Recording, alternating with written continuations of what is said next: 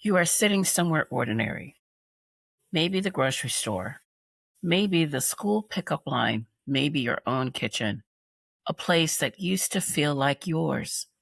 And a stranger speaks to you, uses your name, and for just a second, it doesn't register. Who were they talking to? And then you realize that person is talking to you, except you don't quite know who that is anymore. If you have lost someone you love to suicide, a parent, a child, a spouse, a best friend, nobody prepared you for this part. The grief support circles talk about the waves of sadness. They talk about the empty chair. They talk about finding your own person's handwriting on a grocery list and having to sit down on the kitchen floor. And all of that is true and all of that is real, but almost nobody talks about what happens to you, to your sense of who you are, to the quiet architecture of identity that was, brick by brick, without you even realizing, built around this person who is now gone. That is what we're going to discuss today. Welcome to Elisha Space, a sanctuary for healing growth and for the kind of honest conversations that actually change things. I'm Elisha, your host, a counselor, an author, and someone who has sat in the same stuck places you have. If you've been listening for a while, I see you, and I am so glad that you're back. And if you're new here, welcome home. Today's episode is practical, clinical, but pastoral, and it's for a very specific listener, the one who has lost someone to suicide and is discovering weeks or months, even years later, that the grief has taken something they didn't expect, not just the person, themselves.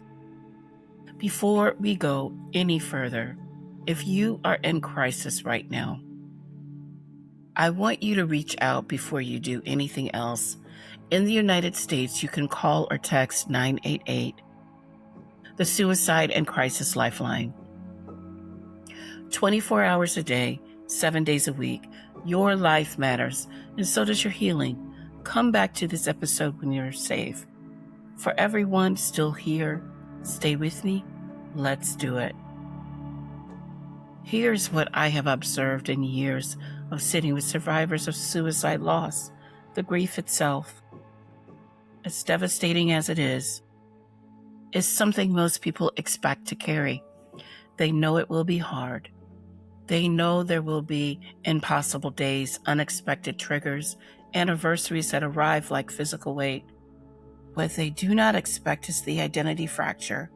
Specifically, the experience of waking up one morning, months, sometimes years into their bereavement, and realizing that they do not know who they are anymore, not just who they are without this person, but who they actually are. Think about what I'm describing for a moment. Maybe you are a wife, a mother, a son, a best friend, a caregiver. Some part of your identity was built quietly in relationship to this person who is now gone. And when they died, in the particular complicated way that suicide loss happens, something in your sense of self cracked. But here is the layer that makes suicide bereavement different, distinctly different from other grief. It is not only the loss of the person, it is the shame that arrives with it. The questions that live in your body, often in silence, because you are not sure if it is safe to ask them out loud. Did I miss something? Was there something I could have done? Why didn't they tell me? And this is the one I want to stay with today. Am I allowed to still be me?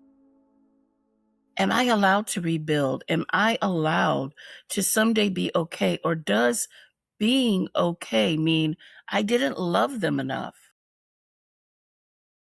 Those are not only emotional questions, They are neurological ones. And today I want to show you what I mean by that. Before we go further, I need to say something. Nothing is wrong with you. The disorientation you feel, the way you move through your life like you are watching someone else do it, the way you look in the mirror and see a face you don't quite recognize, that is not a sign that you are broken. It is not a sign that your grief is too much or that you are somehow failing at it. Your nervous system is doing exactly what it was designed to do. It is trying to protect you from an experience that your mind and body assessed as catastrophic.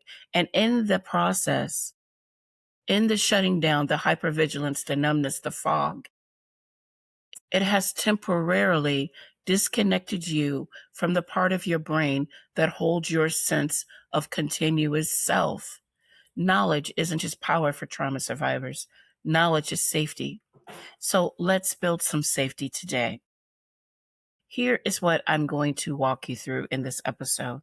First, I want to explain what actually happens in the brain and body when grief is complicated by shame, what the neuroscience tells us about why identity fractures the way it does in suicide bereavement specifically. Second, I want to give you a framework, a set of clinical and somatic anchors, tools I use in the counseling room and that you can begin using today to start the process of reauthoring your identity without betraying your grief. Third, I want to offer a theological reframe because if you have a faith, and especially if this loss has shaken it, I want to speak to that directly, not with platitudes, with the actual neuroscience of what faith can do in the healing process. We will close with a somatic practice and a prayer. This is not a quick fix. There is no quick fix for this kind of loss, but there is a path forward. And today we are going to walk the first few steps of it together.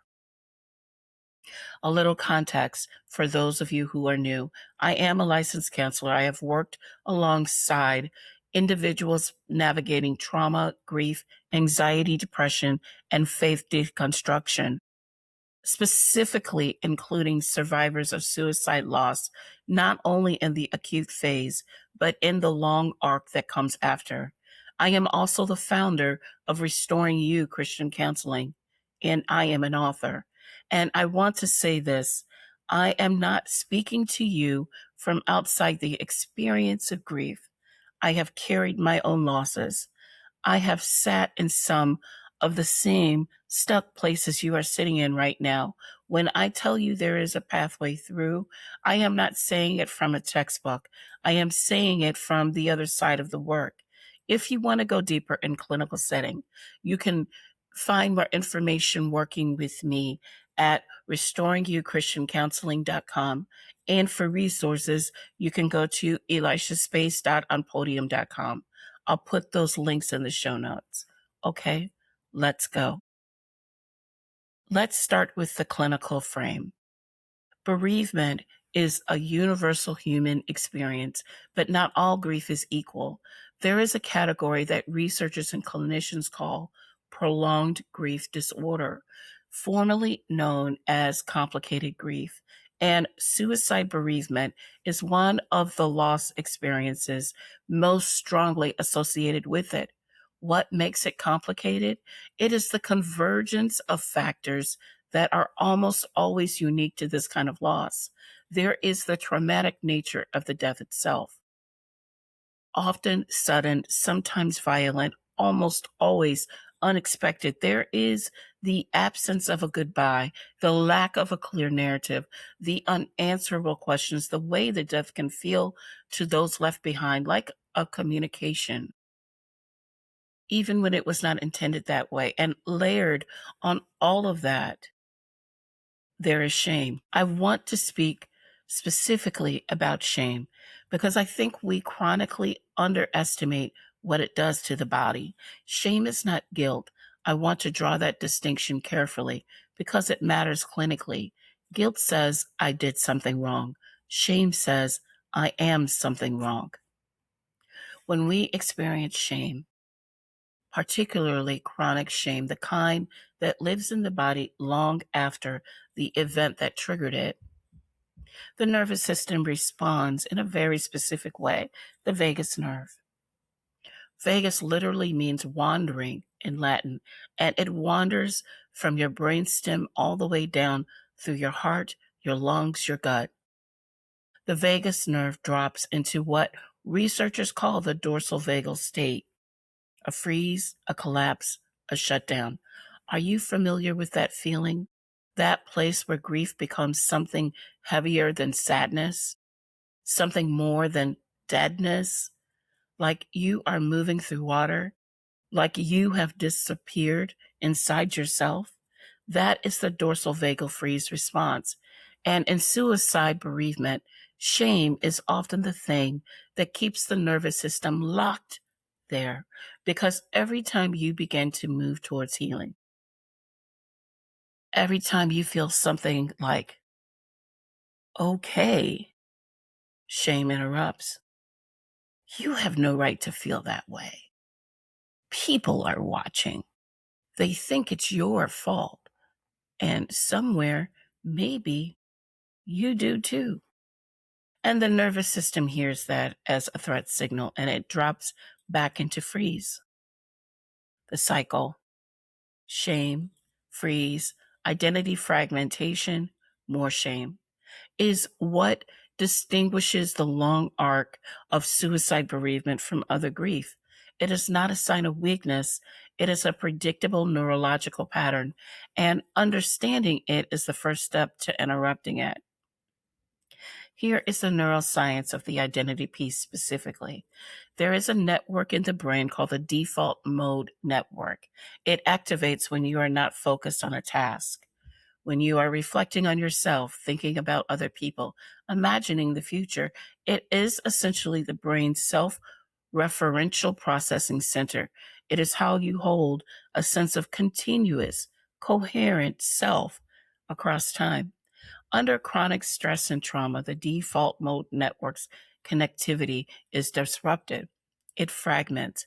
And one of the subjective experiences of that fragmentation is exactly what I described in the cold open of this episode: the feeling of looking at yourself and not recognizing what you see, disassociation, depersonalization, a kind of existential flatness where you move through your life but feel like you are watching someone else do it. When grief is layered with shame, when the nervous system is in prolonged freeze, the default mode network stays fragmented. It cannot reassemble a coherent narrative of who you are when it is operating in survival mode. This is not weakness. This is not faithlessness. This is not a character flaw. This isn't visualization.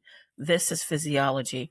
Your brain is doing what brains do under sustained threat. And the path forward is not to think your way to a new identity.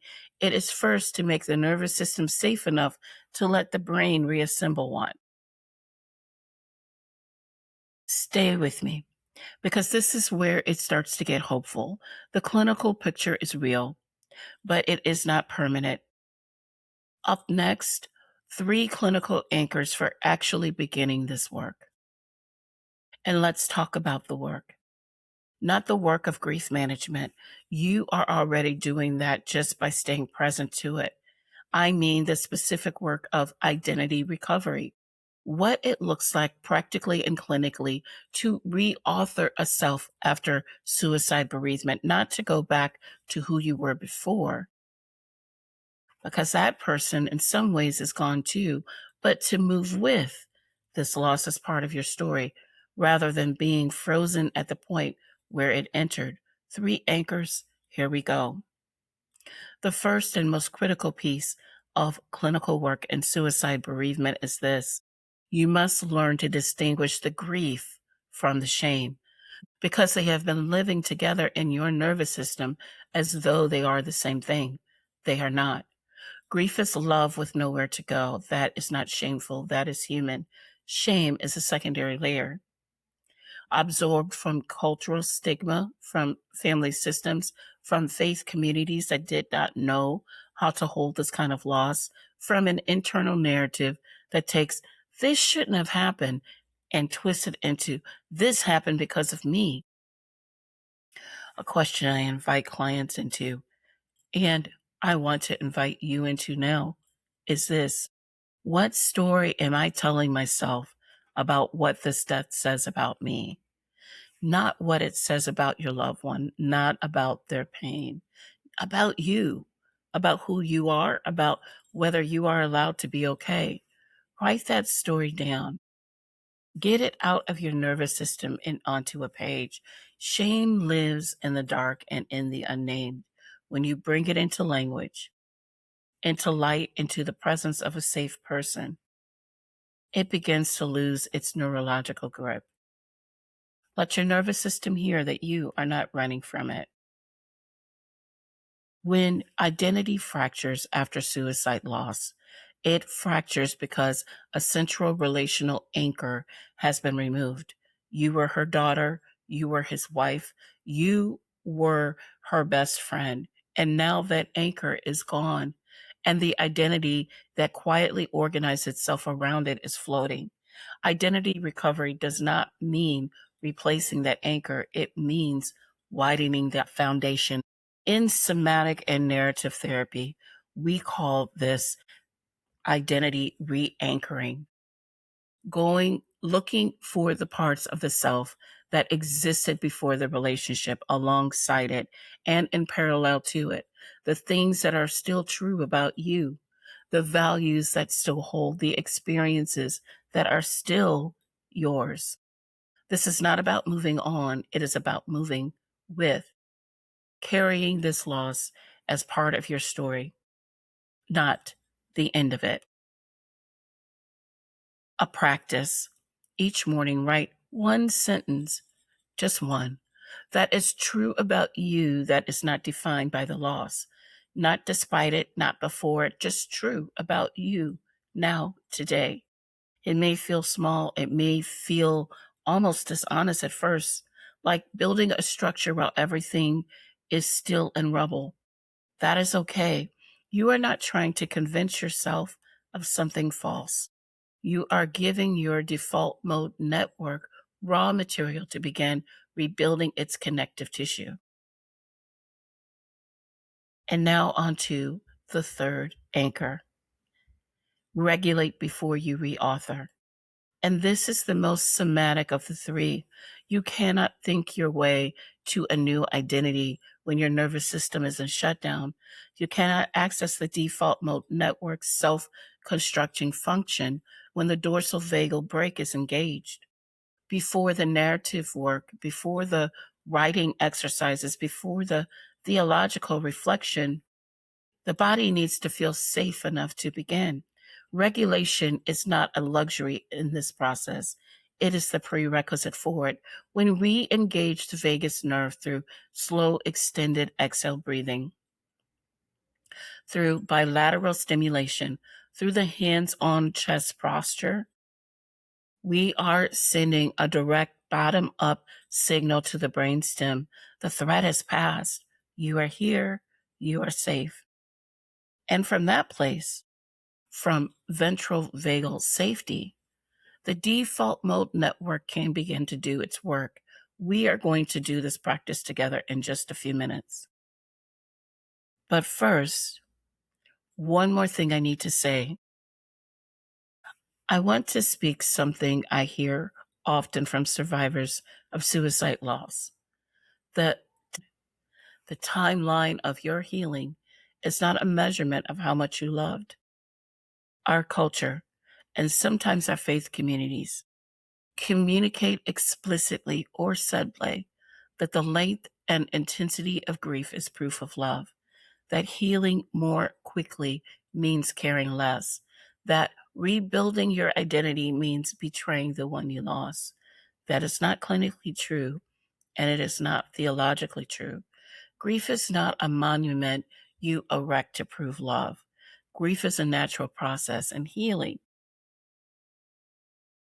The re-emergence of self who can inhabit their life again is not a betrayal. It is, in the deepest sense, a completion. The person you love did not want your life to stop, even in their darkest moment.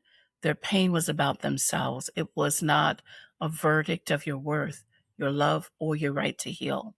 Receive that, even if you can only hold it loosely today. Let's do the practice. If you are driving or operating machinery right now, please just listen. Do not close your eyes. You can return to this practice as many times as you need when you're able to be still. For everyone else, find a comfortable position if you can, seated or lying down. Uncross your arms and your legs. Let your back be supported. Bring both hands to your chest, right over your heart, one hand on top of the other. Feel the weight of your own hands. Feel the warmth of your own palms against your sternum. This is not symbolic. This is the hands on chest posture that activates the cardiac branch of the vagus nerve. The warmth and the gentle pressure send a bottom-up signal through the nervous system to the brainstem. You are held. You are here. You are safe. Let's breathe. Inhale slowly through your nose, 4 counts. Hold gently, 1 count. And exhale slowly through your mouth, 6 full counts, longer than the inhale. This is intentional. The extended exhale activates the parasympathetic branch, the rest response.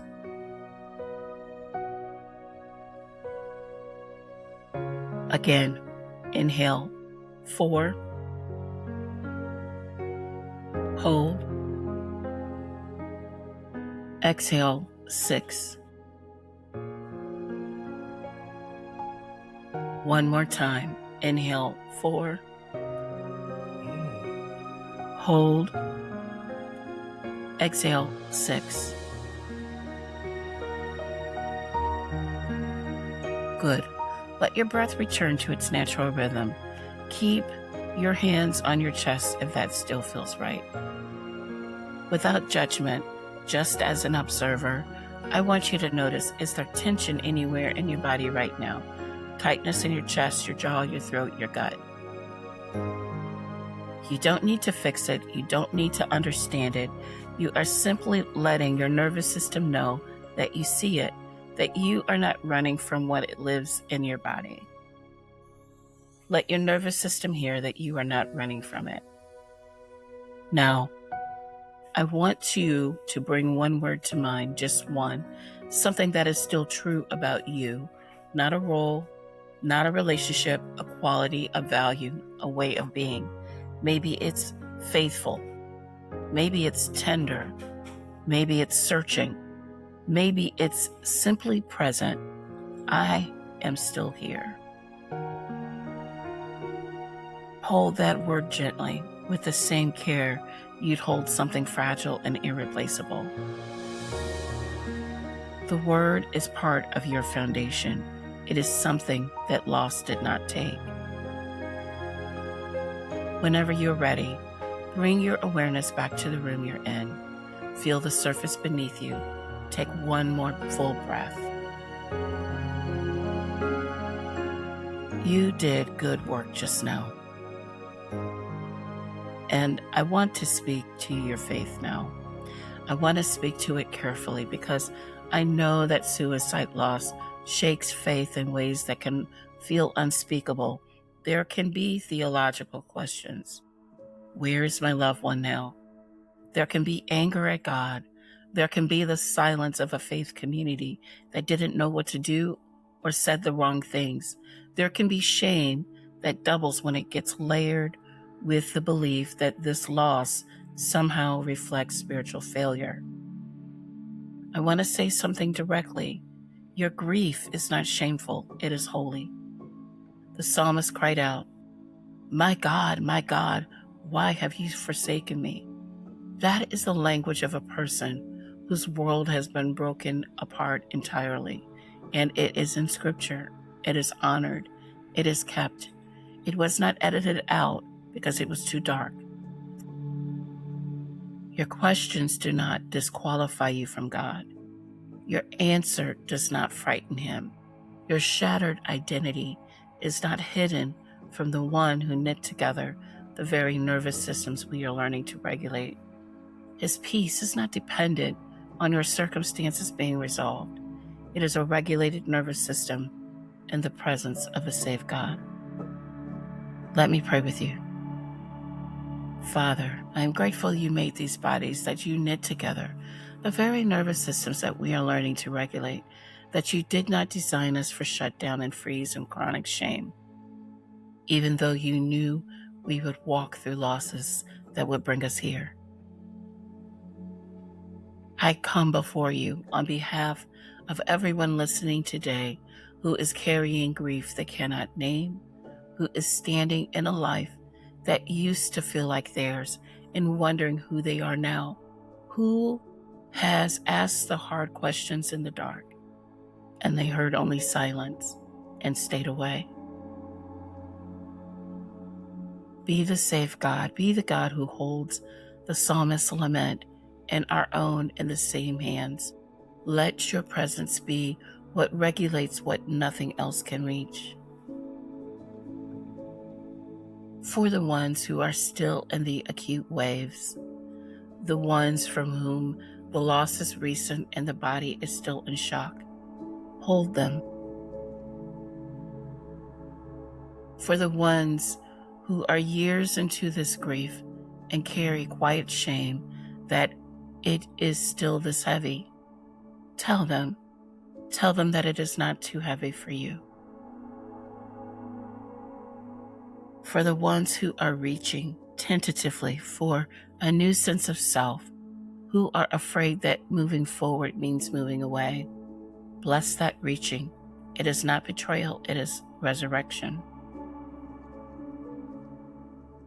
You are the God who makes things new, not by erasing what was, but by weaving it into something that can be lived inside of.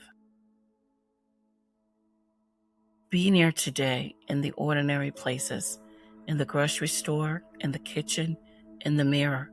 Be recognizable there. Amen.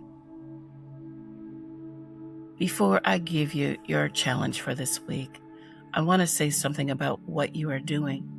The act of staying present to grief this complex, of looking at shame directly rather than turning away from it, of remaining curious about who you are becoming rather than collapsing under the question.